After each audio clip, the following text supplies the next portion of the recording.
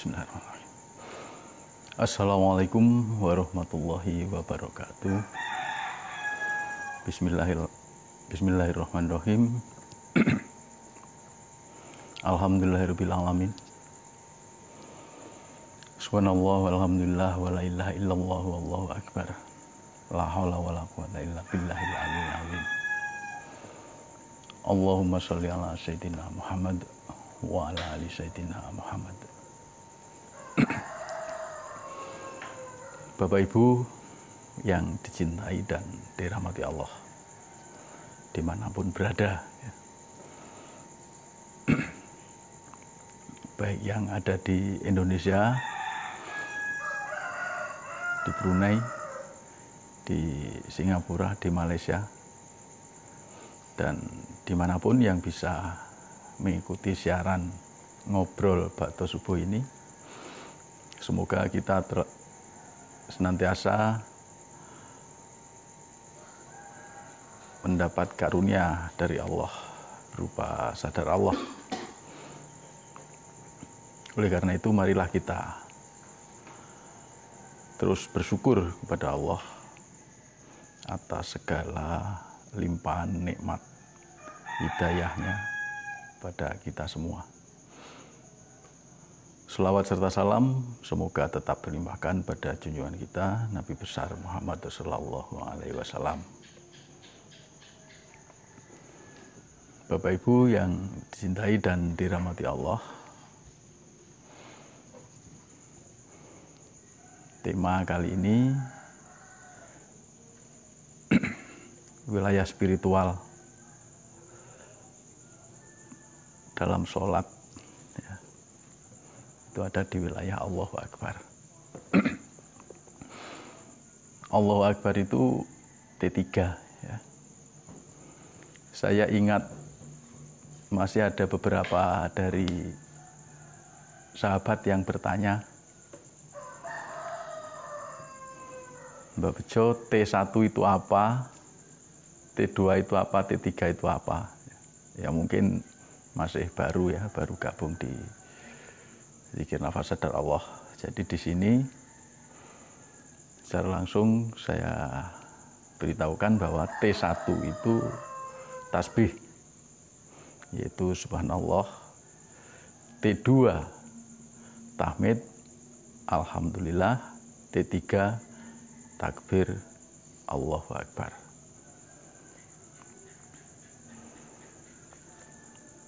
Subhanallah walhamdulillah wala ilaha illallah wallahu akbar.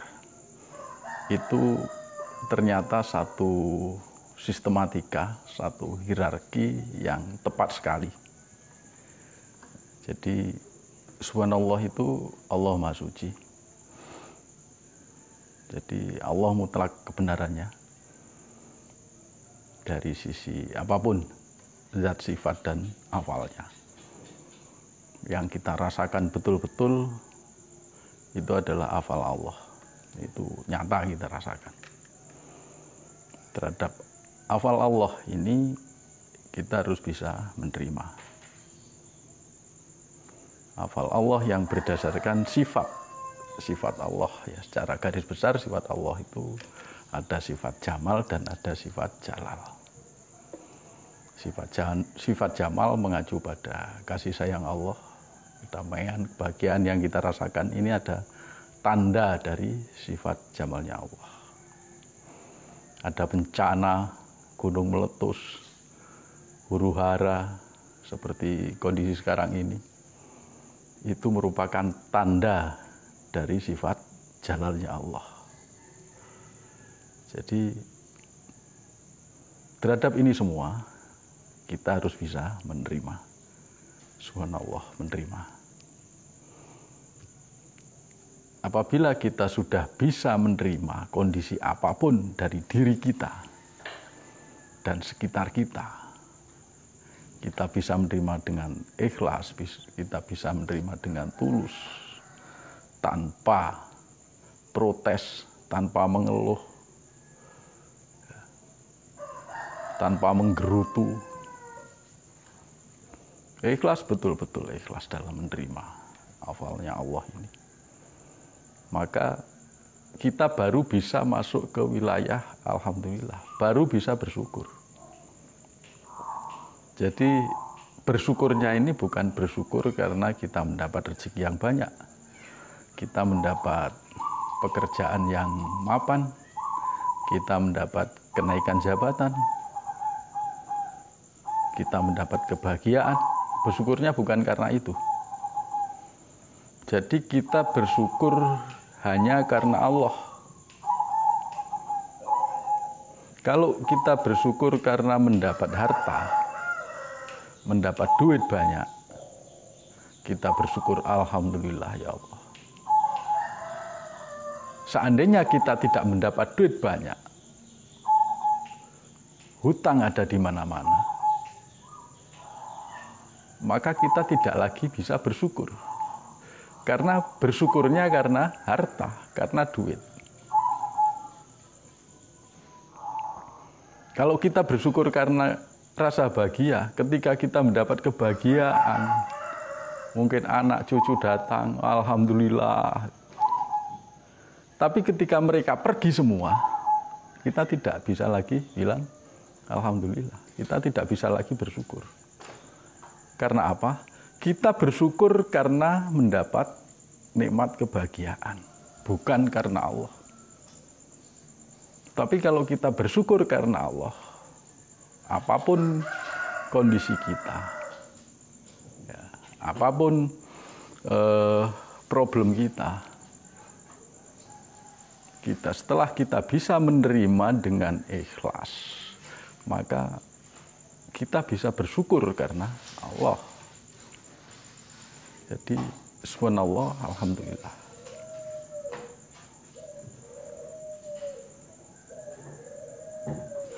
Subhanallah walhamdulillah wala ilaha illallah. Allahu akbar. Jadi setelah kita bersyukur ya, kita mengakui bahwa memang yang ada hanya Allah. Kita hanya melihat satu, yaitu Allah. Selain itu tidak. Disitulah kita akan masuk pada Allahu Akbar. Keagungan Allah. Di mana kemahaakbaran Allah itu dibanding diri kita, ya, dibanding problem kita, dibanding semua yang menyangkut diri kita, itu jauh lebih besar dari kebesaran Allah. Jadi Allah itu jauh lebih besar dari diri kita, dari bayangan kita, dari problem kita, dari imajinasi kita, dari pikiran kita.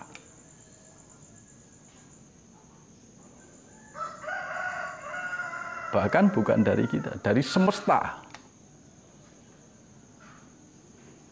Itu Allah lebih besar lagi. Nah, disitulah keagungan Allah, kemuliaan Allah. Nah, tentang Allahu Akbar ini nanti akan dijelaskan oleh Bapak Setyo Purwanto kaitannya dengan sholat. Jadi sholat yang sudah masuk pada wilayah Allahu Akbar. Nah, ini Bapak-bapak dan Ibu-ibu. Jadi kita harus sadar betul. Kesadaran ini harus menjadi sikap dari cerminan dari T1, subhanallah, T2, alhamdulillah, T3, Allahu Akbar. Ini sikap. Nah, sikap inilah yang akan mendasari kita untuk menjalankan amanah, untuk menjalankan semua ibadah-ibadah yang kita jalankan sesuai dengan syariat yang ada pada agama kita, yaitu agama Islam.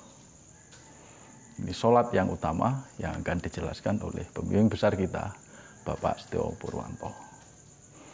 Dari saya sekian dulu, dan pesan saya manfaatkan semaksimal mungkin acara ngobrol ini dengan menanyakan sesuatu hal yang masih mengganjal di pikiran, di benak Bapak Ibu semua, agar nanti setelah pertemuan ini ada hikmah yang bisa kita ambil dan kita jalankan dalam kehidupan sehari-hari. Saya mohon maaf, billahi taufik wal hidayah. Assalamualaikum warahmatullahi wabarakatuh.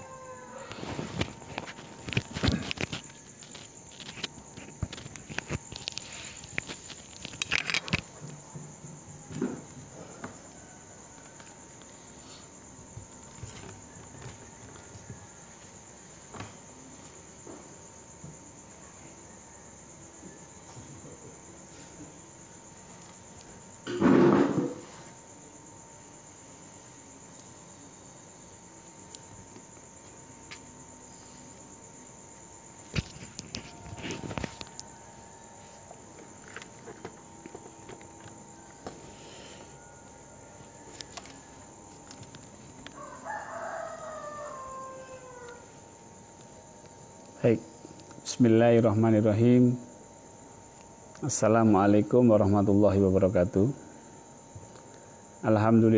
Alhamdulillahirabbil alamin. Shalatu wassalamu ala asrofil anbiya'i wal mursalin wa ala alihi wa sahbihi wa salim ajma'in.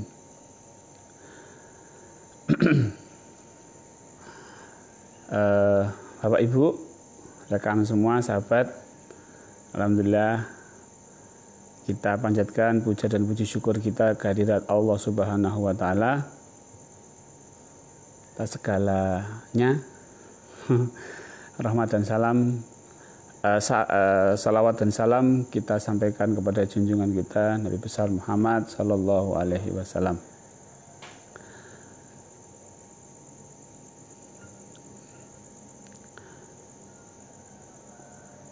Baik, Bapak Ibu, terima kasih. Pertama pada Pak Zen yang sudah mengawali, Mbah Bejo mengawali diskusi kita kali ini. Salam. Ya, ada tamu Bapak Ibu. Yang kedua, terima kasih kepada rekan-rekan semua yang sudah hadir di online. Alhamdulillah pada pagi hari ini kita masih diberikan kesempatan oleh Allah untuk silaturahmi lewat online. Ini suatu yang kita syukuri Bapak Ibu. Ya, kita syukuri. Ini kalau nggak ada corona belum tentu tiap hari bisa online seperti ini. Karena mungkin Bapak Ibu masih di masjid atau saya juga masih di masjid gitu ya. Tapi karena corona, kadang kita subuhan di rumah ya. Biasanya kalau Ramadan itu kan setelah subuhan ada kuliah subuh. Ini selama corona ya nggak ada, subuhan aja di rumah. Nah, baik, pada pagi hari ini kita akan berdiskusi tentang sholat, melanjutkan yang kemarin. Karena sholat ini penting Bapak Ibu, ya, sholat ini luar biasa pentingnya. Setelah syahadat itu sholat, ya. Setelah syahadat itu sholat. Setelah sholat baru puasa, zakat, haji. Gitu.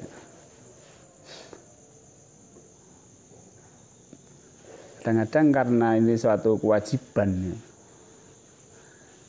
Kita itu kadang-kadang menyepelekan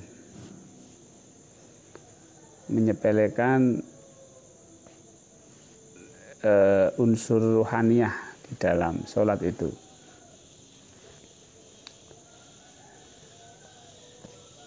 Di dalam sholat Bapak Ibu, unsur-unsur di dalam diri kita, unsur jasad, unsur jiwa, unsur ruh, itu semuanya sholat. Cuma sesuai dengan porsinya, sesuai dengan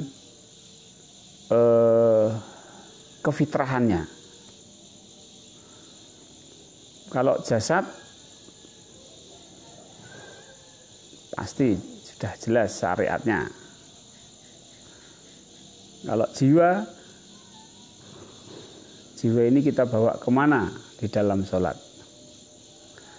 Gerakan fisik itu tentunya membawa kepada keadaan kejiwaan. Kita rukuk dan i'tidal itu gerakannya beda, bacaannya beda, maka keadaan kejiwaannya juga berbeda. Jadi keadaan kejiwaan ketika rukuk berbeda dengan keadaan kejiwaan ketika i'tidal. Nah, ini yang kadang-kadang masih diabaikan. Ya, masih diabaikan ketika kita menjalankan sholat. Kalau mau mengejar syahnya sholat, mau mengejar syariatnya saja, ya tidak perlu belajar tentang perbedaan kejiwaan kita antara rukuk dan i'tidal. Ya, tapi karena ini ada olah jiwanya di dalam rukuk dan i'tidal, tentu kita harus memperhatikan di mana perbedaannya. Maka materi kali ini tentang meluaskan kesadaran itu sebenarnya pekerjaan jiwa. Jadi jiwa itu pekerjaannya apa? Menyadari. Mata pekerjaannya apa? Melihat. Pikiran, otak pekerjaannya apa? Berpikir. Nah, sekarang kalau jiwa pekerjaannya apa? Menyadari. Maka menyadari itu adalah pekerjaan jiwa, nafs. Kalau jiwanya tidak kita gerakkan, kita biarkan, batal nggak sholat? Nggak batal. Jiwa kita nggak usah ke Allah di dalam sholat, batal nggak? Nggak batal. Tapi kalau di dalam kitab-kitab ulama, ya minimal 1 detik lah ada ke Allahnya itu dalam rangkaian sholat, 1 detik deh. Makanya biasanya itu masuknya ketika Allahu Akbar pertama kali. Udah itu aja, setelah itu bebas. Jadi ketika Allahu Akbar itu harus hus ke Allah. Setelah itu mau ke Allah atau tidak apa-apa. Jadi ada 1 saat aja, 1 detik saja untuk ke Allah. Ya, kalau mau begitu ya tidak apa-apa. Tapi kita tidak akan mendapatkan faedah, manfaat. Ya, faedahnya apa? Kesehatan. Boleh. Kalau balik ke kesehatan daripada sholat ya lebih baik olahraga sekalian. Kalau mau faedah kesehatan. Kalau mau faedah yang lebih dalam tentang kejiwaan, ya harus melatih kejiwaan kita. Maka Bapak Ibu, pada pagi hari ini kita akan bahas tentang meluaskan kesadaran. Iya. Sudah ada pertanyaan dari Bu Siti Muzayyana. Assalamualaikum Mbak Pur. Waalaikumsalam. Apakah kita waktu sholat mata harus terpejam untuk meluaskan kesadaran. Baik, meluaskan kesadaran itu tidak tergantung pada tertutup atau terbukanya mata. Karena mata itu jasad, sedangkan meluaskan kesadaran itu adalah jiwa. Jadi jiwa dengan jasad itu berbeda. Jadi kalau kita mau meluaskan kesadaran, mata terbuka atau tertutup itu sama saja. Cuma yang baik bagaimana? Yang baik adalah yang paling membuat mudah Bapak Ibu untuk meluaskan kesadaran. Misalnya, meluaskan kesadaran ketika lebih mudah ketika mata tertutup. Ya tertutup aja. Meluaskan kesadaran ketika mata terbuka. Ya buka mata. Ya, gitu. Yang penting kalau buka semua, kalau tutup semua. Jangan yang satu buka, yang satu tutup. Alhamdulillah. Guyon ya Bapak Ibu, tegang nanti. Ini kan ngobrol santai. Ya. Oke. Assalamualaikum. Dalam sholat juga jiwa tetap harus mi'raj ya Pak? Ya, iya. Meluaskan kesadaran itu sebenarnya mi'raj. As-sholatu mi'rajul mu'minin. Mi'raj itu bukan keluar dari jasad, keluar dari bumi, keluar dari alam semesta, tidak keluar. Konsepnya bukan keluar. Sebab kalau konsepnya keluar, mindsetnya adalah keluar, nanti yang muncul adalah sensasi. Jadi konsepnya adalah meluaskan kesadaran. Ketika jiwa kita meluas, itu sudah mi'raj. Jadi Allah itu, orang mengatakan Allah di atas misalnya. Lah yang di bawah apa enggak ada Allah, gitu misalnya ya. Maka konsepnya tidak ke atas sebenarnya. Konsepnya adalah meluaskan. Pelendungan itu apa? Balon itu. Oh, besar itu, meluas. Tiup. Wah, itu meluas namanya. Jadi meluaskan kesadaran. Kalau bahasa meditasi itu mikrokosmos, makrokosmos, metakosmos. Nah, jadi meluas ke alam semesta, meluas ke alam semesta tak terbatas, meluas yang menciptakan alam semesta tak terbatas. Itu mi'raj namanya. Jangan disamakan dengan mi'rajnya Rasulullah. Hadis Nabi yang mengatakan bahwa as-sholatu mi'rajul mu'minin itu adalah meluaskan kesadaran. Terima kasih Kang Darman 76. Alhamdulillah. Dari Malaysia hadir Pak Azman. Dari Riau juga ada Pak Nur Rahman. Pertanyaannya apa ini? Di dalam sholat ruh kita kearahkan kemana? Ke Allah. Jadi ruh itu fitrahnya itu dikembalikan yang punya sana. Karena wanafatuhu min ruhi, dan kutiupan ruh milikku, milik Allah.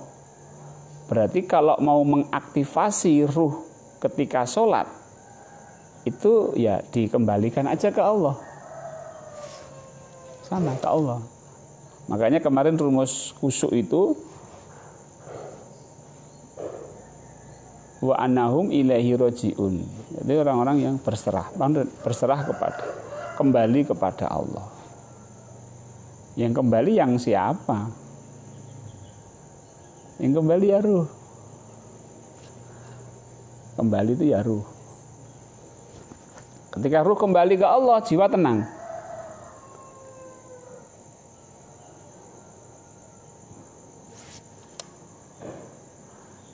Oke. Apakah harus mengerti atau paham bacaan salat dulu untuk bisa melakukan kesadaran? Tidak.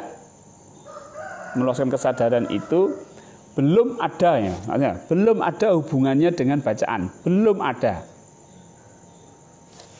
Karena ini basicnya, misalnya saya mau pergi ke Jakarta, ya saya ke Jakarta, belum melakukan apa-apa. Padahal di dalam sholat itu nanti ada takbir, ada inilah. Antara takbir, bacaan, gerakan itu semua adalah perbuatan-perbuatan di mana perbuatan itu dilakukan di wilayah meluaskan kesadaran. Baik, Pak Wahyu Nugroho, bagaimana cara memfokuskan pikiran kita dalam keadaan sholat, Pak, agar bisa dengan khusyuk?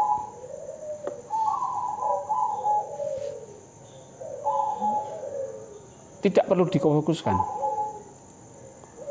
Biarkan pikiran itu dan kesadaran kita tetap lurus ke Allah. Jadi yang dimainkan kesadarannya saja. Jadi misalnya begini, ketika ruku kita sadar ruku, ketika i'tidal kita sadar i'tidal, ketika sujud kita sadar sujud.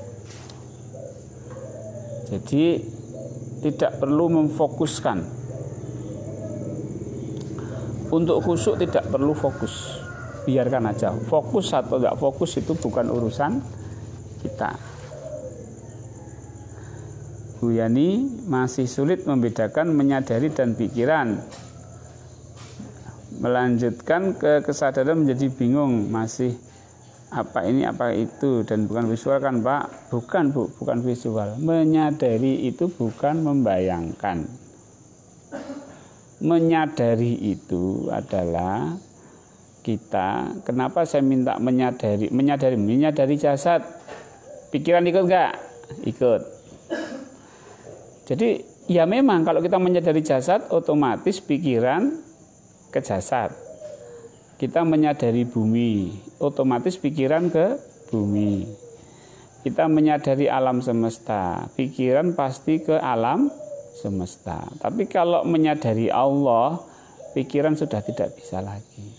Kalau pikiran masih bisa ngejar, berarti kesadarannya harus ditingkatkan lagi. Di sebalik apa yang dapat kita pikirkan itu. Baik. Begitu Bu Yani. Bagaimana cara kalau imam yang terlalu cepat? Di dalam sholat berjamaah, yang penting kita adalah mengikuti imam. Mengikuti imam itu jasad kita. Membaca ketika kita mengikuti imam yang cepat itu jasad kita. Kesadaran itu harus dijaga ke Allahnya. Jadi imamnya mau cepat, mau lambat, itu kalau sholat khusyuk nggak masalah, no problem.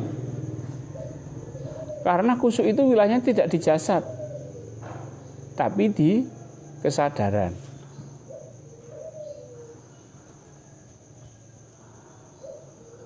Alhamdulillah ya, terima kasih banyak Pak Pur atas Alhamdulillah. Pak Jajak izin tanya Pak, meluaskan kesadaran dalam sholat apa sama dengan meluaskan kesadaran dalam DN? Sama, ya sama. Karena DN itu sebenarnya melatih kesadaran. Nah kesadaran ini digunakan untuk sholat. Jadi antara kesadaran di dalam DN dan dalam sholat itu sama. Cuma bacaan jangan dimasukkan dalam bacaan sholat ya, Allahnya. Kami masih membayangkan, iya, tak apa-apa. Coba sadar, belajarlah menyadari, tidak membayangkan. Wan Nurian Adnan, kalau melayani pikiran, sholat jadi tak menentu arah. Betul. Melayani pikiran itu apa? Menghilangkan pikiran, memfokuskan pikiran, meniadakan pikiran, konsentrasi. Itu namanya melayani pikiran. Sholat jadi tak menentu arah sudah. Sholat itu harusnya sadar Allah, ini malah ngurusi pikiran. Juga saya sarankan Bapak Ibu, mata itu jangan fokus. Kalau buka mata ya, misalnya melihat tempat sujud misalnya, terus bayang itu apa? Tempat sujud itu dilihat, difokuskan untuk konsentrasi, jangan. Karena itu akan melemahkan kesadarannya. Atau membayangkan Allah dibayangkan seperti huruf alif lam lam ha. Itu membayangkan, nanti melemahkan kesadaran. Kalau memang belum bisa, ya belajarlah kesadaran. Jangan kemudian menggunakan cara-cara yang tidak benar. Habib Trang, alhamdulillah. Assalamualaikum Pak Pur. Waalaikumsalam. Apakah maksud Nabi kita dengan sabdanya bahwa sholat itu adalah penyejuk mata beliau? Wah iya, bahkan sholat itu istirahatnya beliau. Karena ketika jiwa kita itu meluas, kesadaran kita meluas, maka pikiran itu istirahat. Nggak akan bisa bekerja kalau kesadarannya betul menuju kepada Allah yang di sebalik alam semesta, itu pikiran nggak bisa bekerja lagi. Tapi kalau masih di alam semesta, masih di langit, masih di galaksi-galaksi, bintang-bintang, itu pikiran masih bekerja. Tapi ketika sudah di sebalik itu, nah itu, pikiran sudah berhenti. Maka itu namanya istirahat, rehat, penyejuk mata. Ya, baik, menyenangkan. Itu pengertian saya Pak Habib Trang dari Sarawak. Masih sulit Pak tentang meluaskan kesadaran, dan begitu luas kembali lagi ke jasad. Ya, harus luas lagi Bu. Apakah dalam sholat ada dua kesadaran, menyadari Allah dan menyadari gerakan bacaan? Begini, kalau kita menyadari Allah, tubuh kita itu sudah otomatis, nggak usah disadari. Otomatis sudah sadar, namanya meluaskan, makanya bukan meninggalkan, ya konsepnya.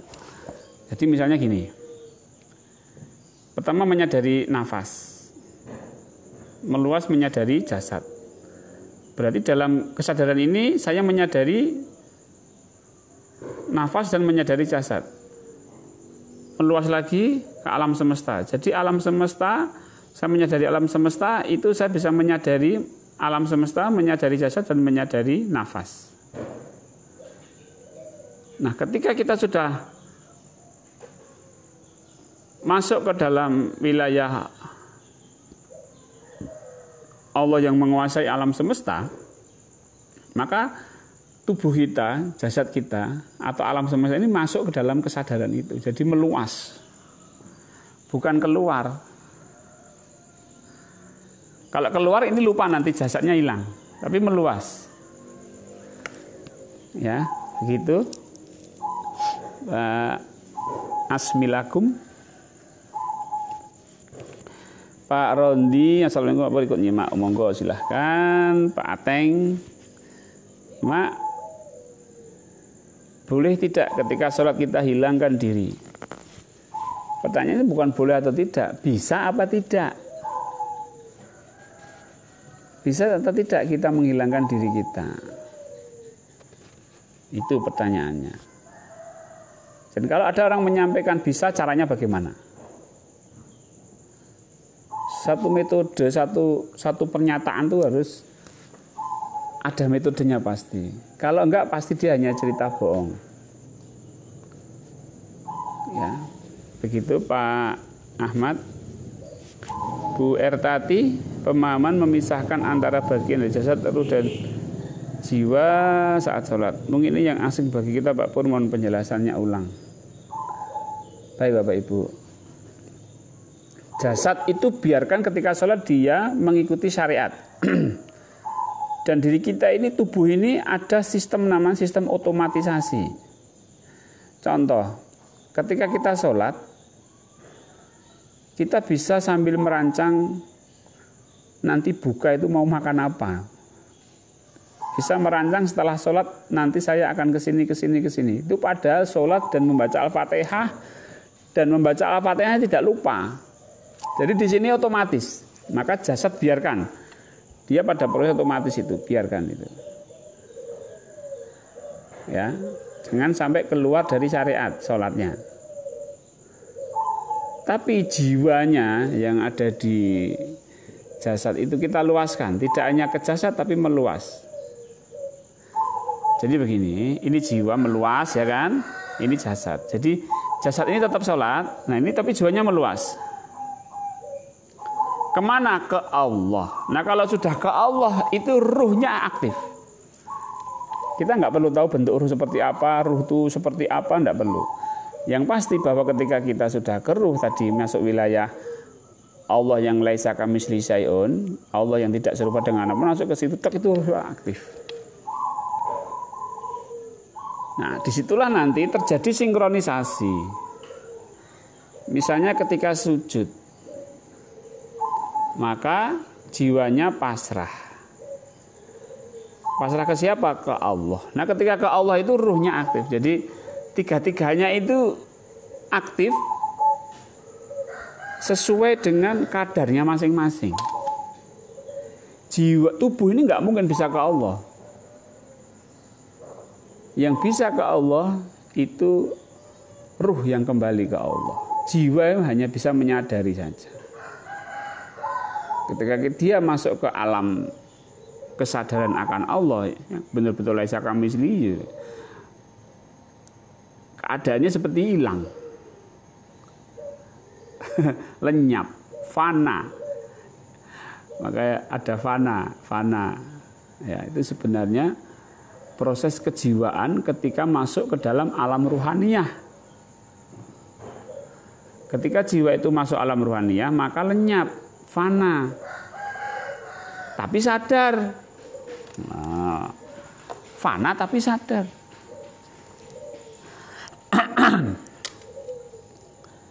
Boleh tidak ketika sholat kita menghilangkan ini tadi ya, Bu tadi sudah. Pak Muhammad Tuji, assalamualaikum Pak, bagaimana cara menghilangkan apa? Oh mana tadi? Cara menghilangkan lalai dalam sholat. Oh sadar. Sadari penuh. Mindful di dalam sholat. Ya, sadari penuh. Jadi sadar Allah itu menghilangkan kelupaan di dalam sholat. Orang itu sholatnya lupa kenapa? Karena nggak sadar. Pikir sesuatu, lupa sudah, nggak sadar kalau sudah rakaat berapa, ini berapa lupa. Jadi harus sadar Allahnya harus kuat Pak. Alhamdulillah Pak Joko. Alhamdulillah kendala saya meluaskan kesadaran mulai terjawab. Semoga dimudahkan Allah. Terima kasih Pak. Bersama-sama Pak. Pak Karyadi mengembalikan roh dan meluaskan kesadaran dua hal agar khusyuk sholat. Ya, meluaskan kesadaran sampai Allah. Ya, sampai kepada Allah yang menciptakan itu sadar Allah. Berjumpa dengan Allah. Mengembalikan ruh itu artinya kita berserah diri. Ya, baik, jadi itu syarat khusyuknya itu. Udah, kalau itu dipakai di dalam sholat khusyuk, udah. Menurut Al-Quran khusyuk. Tapi jangan disampaikan ke orang-orang, nanti kita diketawain. Kamu sholat khusyuk. Sayyidina Ali aja nggak bisa khusyuk, masuk kamu khusyuk. Ya, hati-hati kalau kita cerita khusyuk kepada orang ya. Padahal dasar kita Quran. Dasar kita adalah Al-Quran. Pokoknya kita ini rahasia-rahasiaan aja lah. Ya, Bapak Ibu, pelajaran kita di Padepokan itu rahasiakan saja. Jangan diberitahukan ke kawan-kawan. Gitu Pak. Pokoknya kita rahasia, diam-diam. Meskipun siaran live streaming tapi diam-diam. Nanti kalau orang nggak suka tuh kita ya dicibir, diketawain. Ibaratnya begini Bapak Ibu. Kita ini pekerjaan nggak jelas tapi mobil kita Mercy, BMW. Nah, mereka itu kerjaannya jelas. Tapi cuma naik sepeda. Maka kamu ini nggak mungkin kamu itu punya Mercy. salah-salah malah jadi konflik. Gitu. Pokoknya kita diem-diem aja. Kata guru saya, ini ya untuk kita loh ya, jangan disampaikan ke orang lain. Ilmu ini ilmu mahal. Ini mutiara. Ini almarhum Haji Slamet Utomo. Jangan kamu sampaikan, ojo mbok kene kethek. Mengko ya cemplonge kalen kuwi mutiarane. Nah, gitu. Artinya apa? Kalau nggak paham ya jangan dikasih gitu aja. Untuk kita sendiri. Makanya saya itu, kamu mau belajar ya syukur, enggak ya sudah, bukan urusanku. Seperti tadi saya dapat WA. Pak, saya alhamdulillah sudah belajar di N secara online, YouTube ini dan merasakan. Tapi kata teman saya, apakah kalau dikir seperti ini itu bisa sampai ke akhirat? Saya ditanya, Pak, apakah amalan seperti ini nanti bisa dipertanggungjawabkan di akhirat? Jawab saya santai. Kalau nggak bisa kenapa? Kalau nggak bisa kenapa? Ayo. Kalau nggak yakin ya nggak usah. La ikraha fiddin. Nggak ada paksaan. Santai-santai saja. Ada satu grup DN yang tidak memerlukan saya. Ya sudah. Saya tinggalkan saja.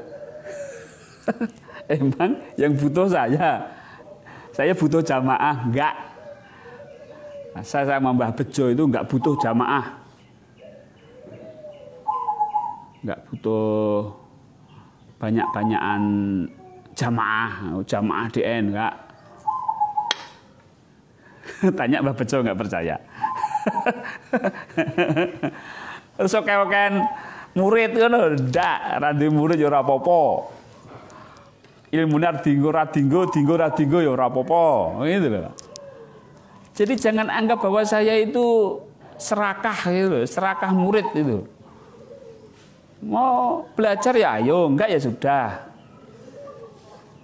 Habis belajar dari sini enggak puas keluar ya monggo, gitu loh. Iya tak? Gitu. Pokoknya jangan tanya saya tentang sanad. Pak, sanadnya apa? Emang untuk apa? Sanad-sanatan. Kalau emang nggak yakin ya nggak usah diamalkan. Kalau nggak mantep dengan amalan DN ya tinggalkan saja. Ya, kata Gus Dur, gitu aja kok. Repot. Oke, kita lanjutkan. Mana tadi? Oke, Pak Wahyu Nugroho. Pikiran disadari oleh akal, akal disadari oleh jiwa. Akal dan pikiran itu sama ya. Jiwa itu kesadaran itu. Jiwa itu yang sadar itu. Ya, baik. Itu Pak Wahyu. Kalau pengertian saya ya, pengertian saya begitu.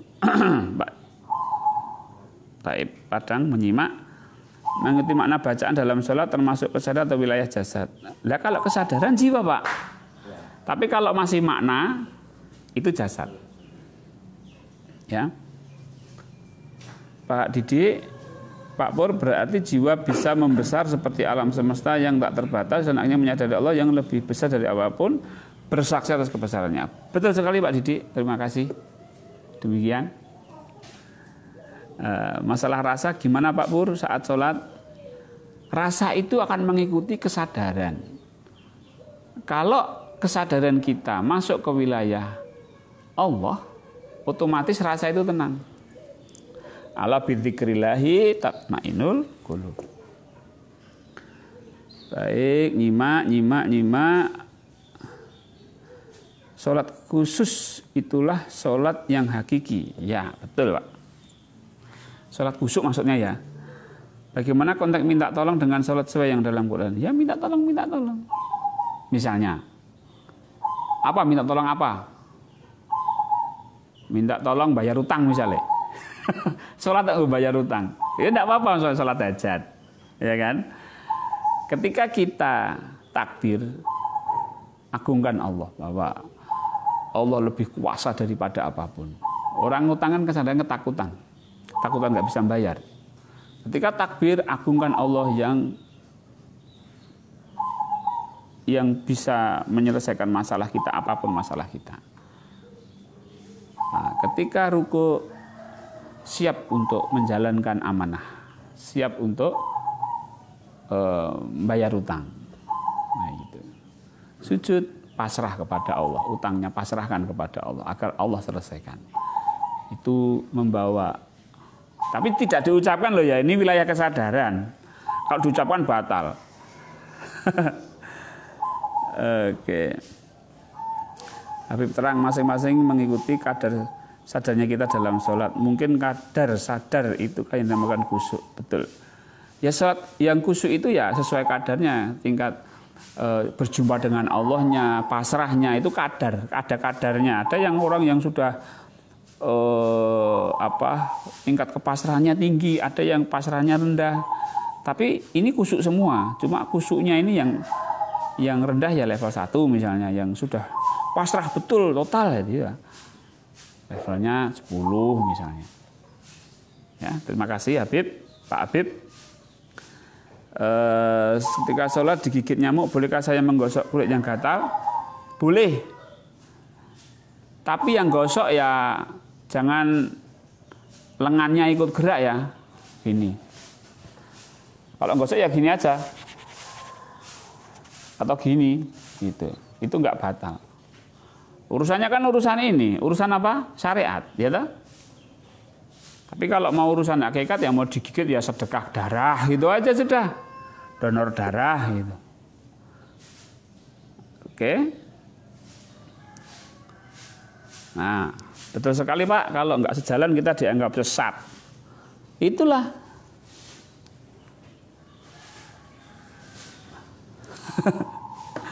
Makanya ini siaran ini jangan disebarluaskan, kita rahasiakan. Karena nanti orang-orang pada menganggap kita sesat. Ya. Alhamdulillah. Ya. Dianggap sesat tapi banyak yang ngikuti. Ya, kalau di Facebook itu saya dianggap sesat dan menyesatkan itu sudah biasa. Ya, salah kamu sendiri mengikuti tulisanku. Kenapa sewot? Kamu bikin status sendiri sana di rumahmu gitu, daripada kamu komen-komen di status saya. Panas. Oke.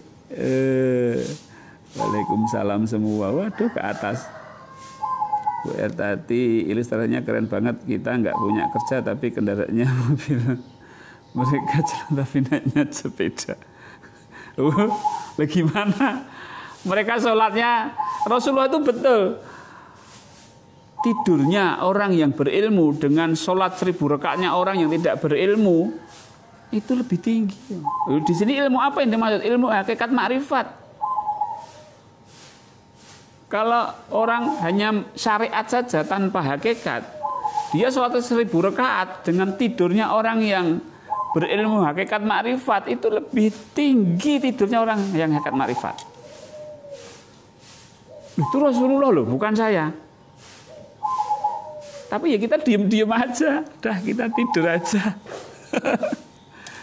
Nggak usah begitu, karena tidurnya kita itu kita usahakan untuk selalu berzikir. Kita usahakan, namanya manusia sok lupa barang gitu ya. Kita zikir. Itulah Bapak Ibu. Saya tadi ada pengalaman menarik Bapak Ibu. Saya tidur itu jam berapa tadi? Jam 2. Jam 2 tidur. Saya harus bangun jam 3. Saya tidur kan? Saya meluaskan kesadaran saya. Ini posisi tidur, ini bukan sholat ya. Saya tidur, saya meluaskan kesadaran.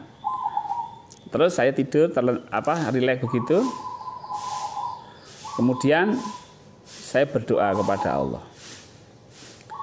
Ya Allah, dengan keagungan-Mu, kan sudah meluaskan kesadaran ya. Allahu Akbar kan keagungan. Ya Allah, dengan keagungan-Mu, hamba mohon istirahatkan jasad hamba yang tidur hanya 1 jam tapi bangun bisa fresh. Itu tidur saya pertahankan sampai pada kesadaran yang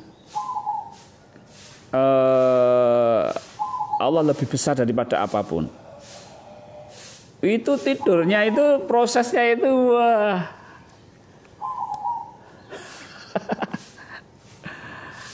Jadi apa ya? Kayak tubuh kita itu kayak diproses itu. Jadi rasanya itu terasa. Bagaimana tubuh itu tidur itu terasa. Tubuh ini sedang diproses itu terasa. Pas jam 3 kurang saya sudah bangun. Tubuh itu wah kayak tidur 5-6 jam. Sampai sekarang nggak ngantuk. Nah itu Bapak Ibu. Jadi manfaatnya nanti banyak. Oke. Tidak. Iya Bapak Ibu. Alhamdulillah. Pak Pur ketika takbir dibarengi niat. Pak Pur ketika takbir dibarengi niat. Kok langsung bleng. Kayak di mana gitu. Kadang-kadang sampai lupa rokaatnya. Wah, jangan sampai lupa rokaatnya Pak Budi. Nggak boleh terlena. Ya, bleng terus. Itu bleng itu keadaannya sholat. Makanya kita dijaga oleh bacaan sholat. Bacaan sholat dan gerakan sholat. Jadi bukan belum seperti orang yang kita duduk diam tanpa bacaan belum itu adanya lupa. Tapi ini sholat. Sholat itu terikat oleh terikat oleh syariat. Karena syariat itu tujuannya untuk memproses agar kesadaran kita terjaga. Begitu Pak Budi, jangan sampai lupa. Harus tetap sadarnya, harus sadar ini saya sedang apa? Sedang sholat gitu. Makanya meluaskan kesadaran itu akan lebih membuat sadar, bukan membuat tidak sadar. Ya Pak Budi, terima kasih. Nanti bisa diulangi lagi. Pak Sartono, ajaran Pak Pur masuk akal dan sesuai Al-Quran. Semoga berjalan terus. Amin. Terima kasih Pak Sartono. Pak Pur, gimana agar waktu zikir pikiran nggak gerambiang? Sadar Pak. Kalaupun gerambiang ya udah apa-apa. Kita sadar Allah, ya kan? Ini pikiran gerambiang, ya nggak apa-apa.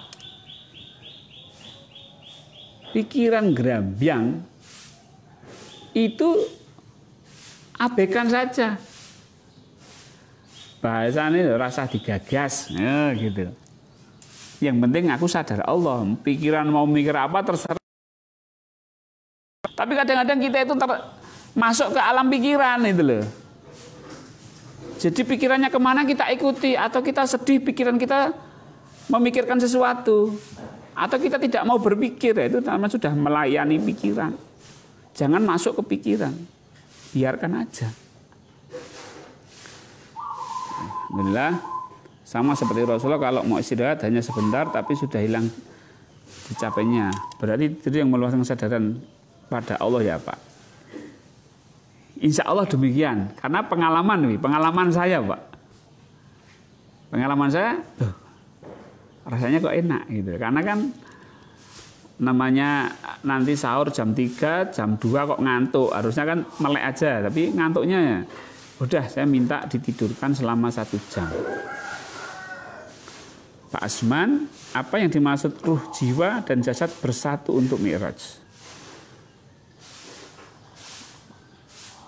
Sebenarnya Mi'raj itu jasad nggak ikut Mi'raj, Pak Asman.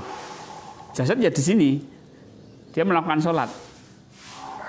Yang Mi'raj itu jiwa tadi, kesadaran yang ke Allah. Bersama ruh kembali ke Allah. Ketika kembali ke Allah, jiwanya kosong, fana. Nah ini kalau sudah begitu, itu namanya sholat. Maka sholat itu kalau sudah sibgoh, wah lain rasanya, Bapak Ibu. Jadi kalau sudah Allahu Akbar, itu sesuatu yang gerakkan Allah. Kita itu jadi jiwa. Apa? Ketika kita digerakkan sujud, maka kita tinggal jiwa kita ini pasrah. Ketika tubuh kita duduk, maka jiwa kita ini mohon kepada Allah. Jadi jiwa itu kita. Jadi kenapa kita masuk alam keluasan itu? Karena itu. Loh, ini yang sholat siapa? Jasad maksudnya. Digerakkan oleh Allah. Jiwa ngikuti aja. Itu betul kayak gini loh. Seolah-olah gini, ini sholat ini. Kita itu kayak di belakangnya gitu. Ini seolah-olah ini bukan terus seperti keluar gini, enggak. Ini kok gerak sendiri ya? Nah, ketika ini gerak sendiri, kita ngikuti. Jadi jiwa kita masuk di dalam gerakan dan bacaan sholat. Itu Pak Asman. Itu yang saya pahami tentang Mi'raj, Pak Asman. Bu Dewi, Pak Pur, sholat termasuk doa. Jadi bisa mohon seperti di luar sholat. Iya, kan duduk iftiras itu kan doa. Kadang-kadang begini Bapak Ibu, doa itu kalau sudah dalam keadaan sholat itu bukan seperti kalau kita doa minta begini, itu enggak. Jadi doa di dalam sholat itu wilayahnya wilayah kesadaran. Kita berdoa di dalam sholat itu bukan kesadaran, sudah bukan begini lagi. Sudah bukan dengan bacaan ya sesuai dengan bacaan sholat. Rabbi firli warhamni wajibuni warfa'ni wadini warzuqni wa'afini wa'fu'ani, itu bacaan. Itu doa. Tapi serangkaian sholat itu bisa kita gunakan untuk bentuk doa, tapi bentuk doanya itu berupa kesadaran, sudah bukan pakai bacaan. Seperti saya gambarkan, contohnya ketika kita takbir, maka kita berdoanya itu adalah meyakini bahwa Allah menyelesaikan semua masalah. Itu loh. Jadi sudah bukan berdoa minta dalam bentuk bahasa verbal, bahaya sudah bahasa jiwa. Apakah kesadaran rasanya seperti patrap gerak, Pak? Untuk latihan iya, Pak. Kesadaran itu mirip patrap gerak. Oke, Pak Imam Mahmudi hadir. Ya. Baik, Bapak Ibu. Alhamdulillah sudah hampir 1 jam kebersamaan kita tentang meluaskan kesadaran. Ya. Kalau belum puas besok dilanjut lagi. Materi kali ini rasanya menarik sekali. Kita bisa berbincang-bincang bersama saya dan Mbah Bejo. Ya, Mbah Bejo bisa jawab itu ya lewat